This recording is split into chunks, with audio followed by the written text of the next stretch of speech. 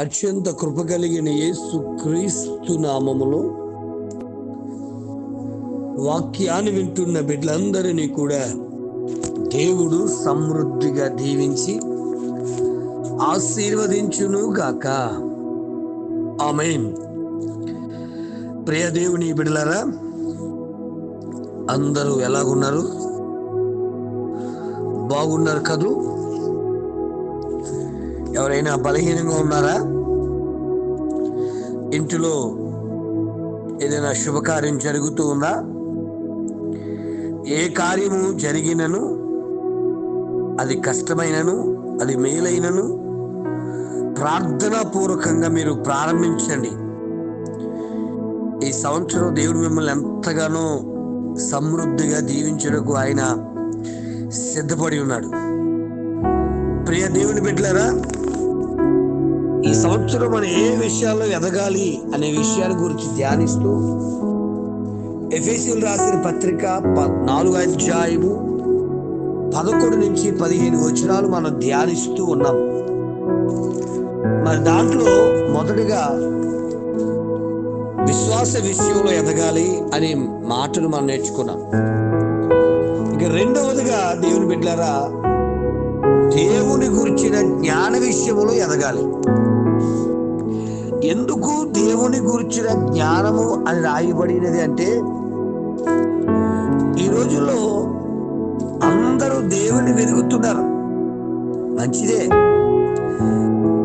దేవుని వెతికి నిజ దేవుని కనుగొనలేక మరి వేటినో మరెవరినో దేవుడుగానే ఆరాధిస్తూ ఉన్నారు. దేవుని గూర్చిన జ్ఞానము ఈ రోజుల్లో మనుషులకు లేదండి. బిడ్డ గమనించండి, సృష్టికర్తను మర్చిపోయి సృష్టిని పూజిస్తున్న వారుగా అయిపోయాం. ఈ లోక జ్ఞానము మనుషులకు వెర్రితనం కలగజేస్తుంది. కాబట్టి నిజదేవుడు ఎవరో తెలుసుకోవడం, నీ కొరకు ప్రాణం అర్పించి తిరిగి లేచిన వారెవరో తెలుసుకోవడం, ఆయననే స్వంత రక్షకుడుగా అంగీకరించడమే దేవుని గూర్చిన జ్ఞానం. యాకోబు పత్రిక 3వ అధ్యాయము 17వ వచనంలో, అయితే పైనుండి వచ్చు జ్ఞానము మొట్టమొదటది పవిత్రమైనది, తరువాత సమాధానకరమైనది, మృదువైనది, సులభముగా లోబడినది, కనికరముతోను మంచి ఫలములతో నిండుకున్నది, పక్షపాతమైనను వేషధారణైనను లేనిది అయి ఉన్నది. నీతి ఫలము సమాధానము చేయి వారికి సమాధానం ఎత్తబడి ఉన్నది అనే మాట మనకు కనబడుతుందండి. పైనుండి వచ్చే జ్ఞానం, దేవుని జ్ఞానం ఎలాంటిది? పవిత్రమైనది, సమాధానపరిచేది, సంపూర్ణమైనది. ఈ లోకంలో శాస్త్రవేత్తలు అనేక విషయాలు కనిపెడుతూ ఉన్నారు. ఆ కనిపెట్టిన విషయాలు కొన్ని అపవిత్రమైనవిగా ఉన్నాయి, కొద్ది కాలానికి అపవిత్రమైపోతున్నాయి. కానీ దేవుడిచ్చిన జ్ఞానమును చూశారు, అది ఎప్పటికీ పవిత్రమైందే. ఒక సెల్ ఫోన్ మానవుని జ్ఞానము చేత కనిపెట్టబడినది. కొద్ది కాలానికి ఇది ఏమైపోయింది తెలుసా బిడ్డలారా? రకరకాల చెత్త వీడియోలు చూసే ఒక పరికరంగా మారిపోయింది. మంచి బిడ్డ జేల్ బర్డ్ టీవీ కనిపెట్టాడు ఆయన. ఆ టీవీ నిండా ఈరోజు సీరియల్ అయిపోయాయి. ఇలాగ ఏ వస్తువు మానవుని జ్ఞానము చేత కనిపెడుతున్నా అది కొద్ది కాలానికి అపవిత్రమైపోతుంది. కానీ దేవుని జ్ఞానము ఎలాంటిది తెలుసా? పవిత్రమైనది. ఇంకో చెప్పిన, ఒక శాస్త్రవేత్త కనిపెట్టిన విషయం మరొక శాస్త్రవేత్తకి నచ్చట్లేదు, తప్పు అన్నాడు. రూదర్ఫోర్డ్ కనిపెట్టింది నీల్స్ బోర్ తప్పు అంటాడు, నీల్స్ బోర్ కనిపెట్టింది సోమర్ఫెల్డ్ తప్పు అన్నాడు. ఇలా ఒకళ్ళు బట్టి ఒకరు అసమాధానంతో ఉంది. కానీ దేవుడిచ్చే జ్ఞానం పరిపూర్ణమైనది,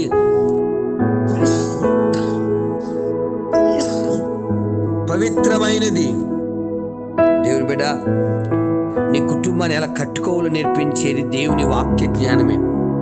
14:1 సామెతల్లో మరి జ్ఞానవంతురాలు తన ఇల్లుని కట్టుకుంటుంది అనే మాట మనం చూస్తా ఉన్నాం. బిడ్డ, యెహోవా జ్ఞానమిచ్చువాడని పరిశుద్ధ గ్రంథం తెలియజేస్తుంది. బుద్ధి జ్ఞానముల సర్వసంపదయు ఆయన యందే గుప్తమై ఉన్నాయని మరి కొలసి 2:3 తెలియజేస్తా ఉంది. అంతేకాదు బిడ్డలారా, మరి సామెతలు 2 అధ్యాయము 6వ వచనం, మరి హోషే గ్రంథం 4 అధ్యాయము 6వ వచనం, ఇలాగా అన్ని విషయాలు 6 అధ్యాయం 3వ వచనం, ఇవన్నీ కూడా మరి నిజమైన జ్ఞానాన్ని సంపాదించుకోండి తెలియజేస్తుంది. దైవ జ్ఞానము కలిగి ఉంటే ప్రియ దేవుని బిడ్డ, నీ కుటుంబాన్ని ఎలా కాపాడుకోవాలో, నీ యవ్వనకాల జీవితాన్ని ఎలా కాపాడుకోవాలో, నీ వృద్ధాప్యంలో ఎటువంటి సహవాసం చేయాలో తగిన జ్ఞానాన్ని దేవుడు ఇస్తాడన్న. ఈ లోక జ్ఞానం దేవునికి వైరంగా కనబడుతుంది. ఆలోచన చేద్దాం బిడ్డ, ఏమిటో తెలుసా? ఈ లోక జ్ఞానము పరిశుద్ధ గ్రంథమేమో దేవుడు మనిషిని తన స్వహస్తాలతో మట్టిని చేశాడు అని వాక్యం చెప్తుంది. మరి లోక జ్ఞానం ఏం చెప్తుంది? మనిషి కోతి నుంచి వచ్చాడు అంటది.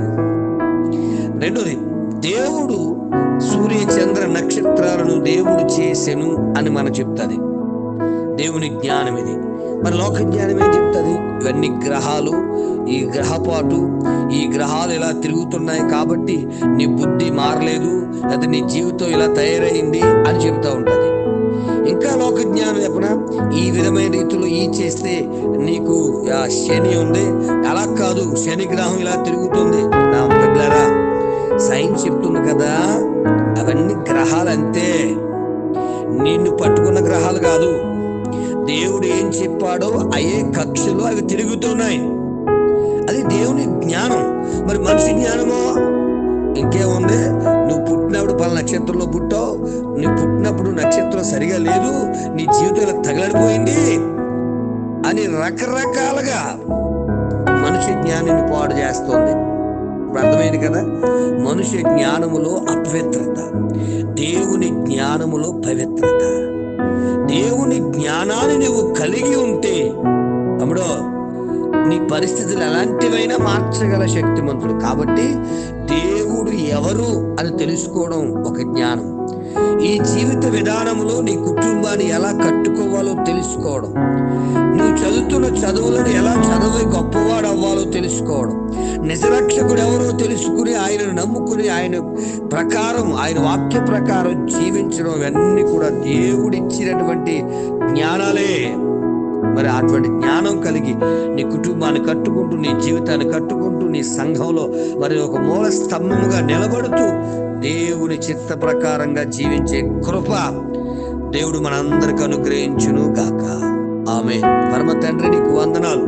యేసు నామములో ఈ సంవత్సరం ఏ విషయాలు ఎదగాలో అనే విషయాల గురించి మాట్లాడుతున్నందును బట్టి వందనాలు అయ్యా. నీ జ్ఞానంతో నింపబడి, నీ జ్ఞానంతో బలపరచబడి, నీ జ్ఞానంతో అయ్యా